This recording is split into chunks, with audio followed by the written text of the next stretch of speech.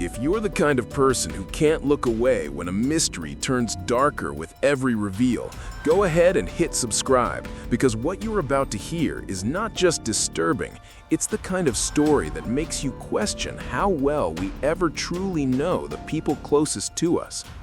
It began on a freezing February morning in the quiet Swiss town of Binningen, a place known for postcard streets, old stone houses, and the kind of silence that makes you forget anything bad can happen there.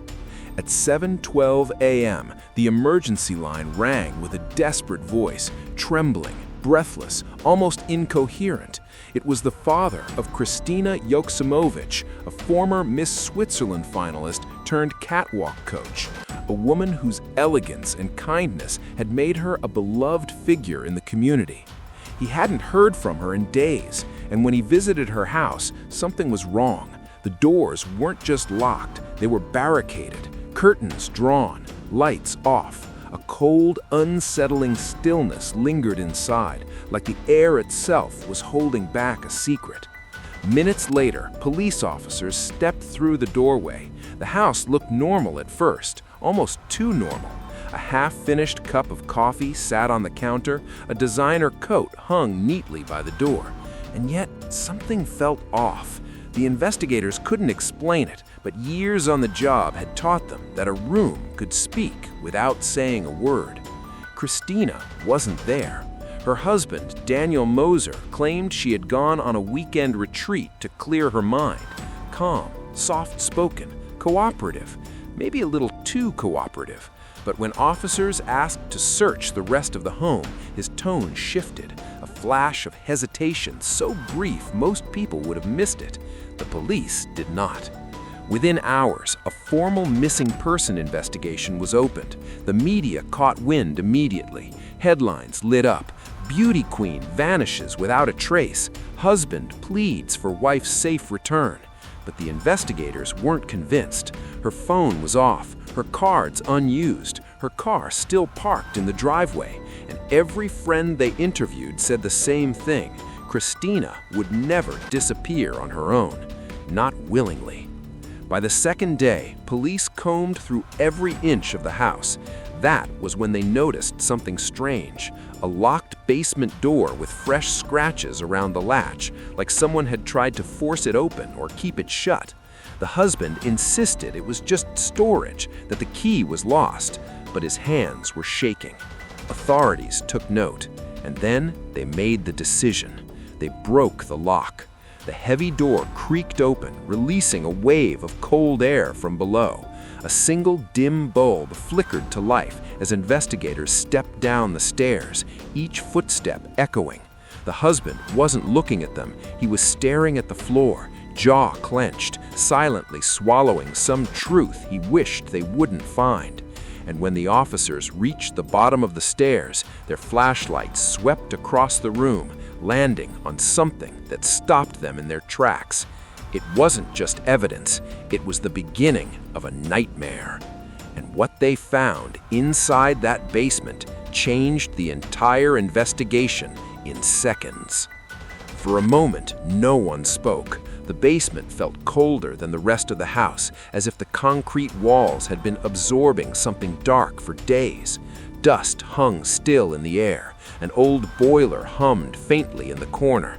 But it wasn't the room itself that froze the investigators in place. It was what sat in the center of it, a work table. Not unusual on its own, but everything on it felt wrong. Disorganized yet purposeful. A pair of industrial gloves, a stack of cleaning wipes, a notebook open to a blank page, as if someone had been interrupted before they could write anything down. And a faint chemical smell lingered, sharp enough to sting the back of the throat. The lead investigator, Inspector Keller, scanned the scene slowly, her instincts prickling. She had worked homicide for 17 years and knew the difference between a messy household and a place holding a secret. This room was hiding something, and they had only begun to uncover it. "Where's the rest of this stored?" she asked, pointing to some locked cabinets against the far wall. The husband didn't answer. He was pale now, his breathing shallow. A man who had spent the past 2 days insisting he was innocent suddenly looked like someone cornered by a truth he could no longer outrun.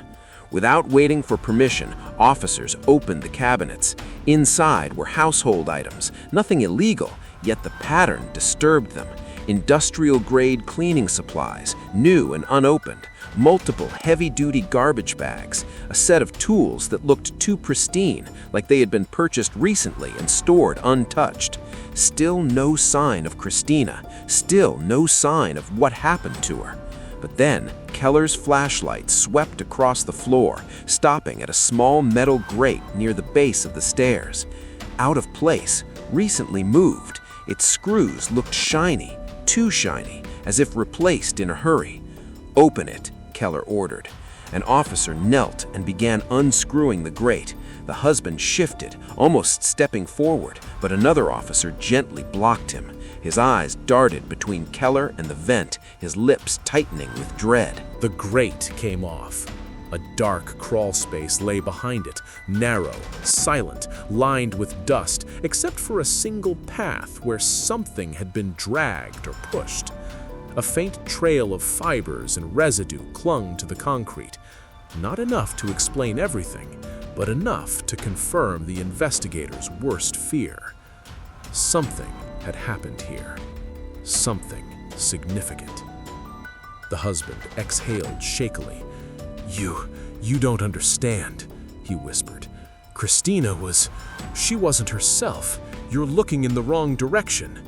But Keller had heard that line before, the classic pivot used by suspects who feel the truth inching closer. While forensic teams moved in, officers escorted the husband upstairs for questioning. His demeanor shifted again, this time defensive, almost rehearsed. He said Kristina had flown into a rage days before, that she stormed out, that something terrible must have happened to her afterward. But none of it matched the physical evidence gathering in the basement below. Hours later, Keller received a call from the forensic team. They had found something. Not a body, not even remains, but a piece of physical evidence that forced investigators to stop the search and rethink everything they believed so far. A discovery so unexpected, it turned the case sideways. A single piece of the puzzle that brought a chilling new question. Was Kristina harmed in that basement, or had someone staged the entire scene to make it look that way?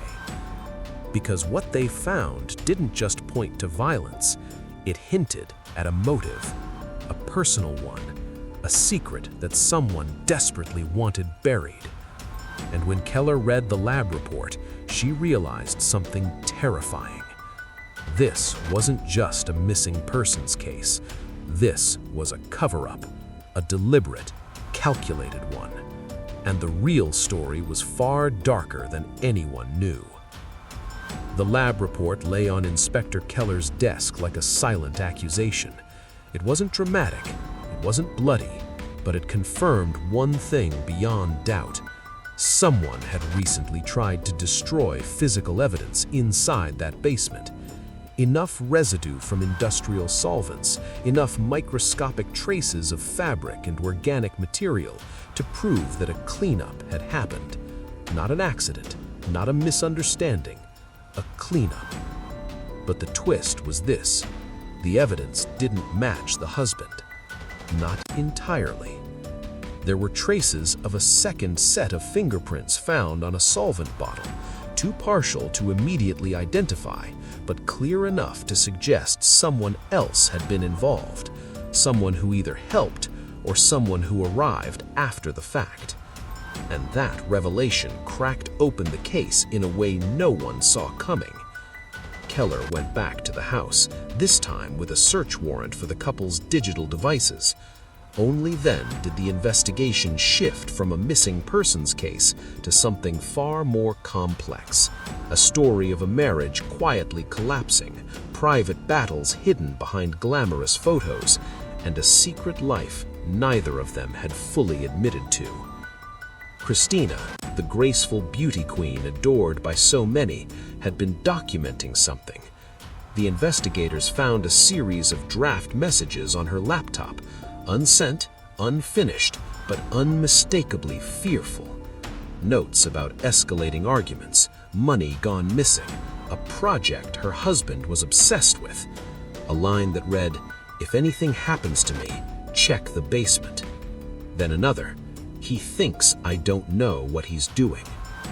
Those words explained the scratches on the door, the locked cabinets, the husband's trembling hesitation. But an uncovered calendar synced to the cloud revealed the most important detail. The couple had a scheduled meeting with a divorce mediator on the same weekend she disappeared. A motive, a powerful one. By the time Keller sat across from Daniel Moser in the interrogation room, the mask he'd been wearing for days had begun to crack. He tried to sway the investigation towards phantom intruders, imaginary threats, a mysterious person from Kristina's past, anything to deflect attention. Yet every explanation he whispered seemed more like a hole he was digging for himself. Still, something didn't fit. Those partial fingerprints, a missing hour in the husband's timeline, the sudden appearance of a rental van near the property 2 nights before the disappearance, evidence that pointed to someone else circling the edges of their lives. Then, a break finally came. An eyewitness, a neighbor who initially stayed silent out of fear of misinterpreting things, stepped forward. She had seen the husband carrying heavy bags to the car late at night, not garbage bags, suitcase-sized, struggling, sweating, looking over his shoulder again and again. When she confronted him, he smiled and said he was donating old clothes. But she remembered something else now. He wasn't alone. A second figure stood beside the vehicle, hood pulled low, face turned away. Someone she had assumed was a friend helping him clean the house. That detail was enough. Police located the rental van. Forensics examined its interior. They didn't find the victim, but they found traces connected directly to the cleanup inside the basement. And this time, only one person's prints were on the steering wheel: Daniel Moser's. When confronted, the husband broke. His confession wasn't dramatic, no shouting, no tears, just a quiet, exhausted collapse of a man who finally understood the investigation had outrun his lies. He admitted he had acted alone, that there was no intruder, no second person. Those partial fingerprints, his own, distorted by solvent and gloves. The cleanup, his attempt to erase the consequences of a violent argument that spiraled beyond his control. What he never expected was that forensic science would catch what he thought he hid. Kristina, beloved by thousands and feared by no one, hadn't simply vanished. She had been silenced inside the place she trusted most, her own home. The case closed with Daniel Moser charged with murder and dishonoring a corpse. The community mourned a woman whose light was extinguished by the person she trusted most. And as the trial date approached, Switzerland watched in disbelief, wondering how a story of glamour and elegance could twist into one of betrayal and darkness. Inspector Keller stood outside the courthouse weeks later, staring at the crowds and cameras gathering. When asked what she thought of the case, she said only this: "People wear masks, but the truth doesn't." And as the screen fades in our final moments, remember, the most dangerous secrets are never those hidden in darkness, but those hidden in plain sight. If you think this story was intense, you're not ready for the next one. Hit subscribe so you don't miss it.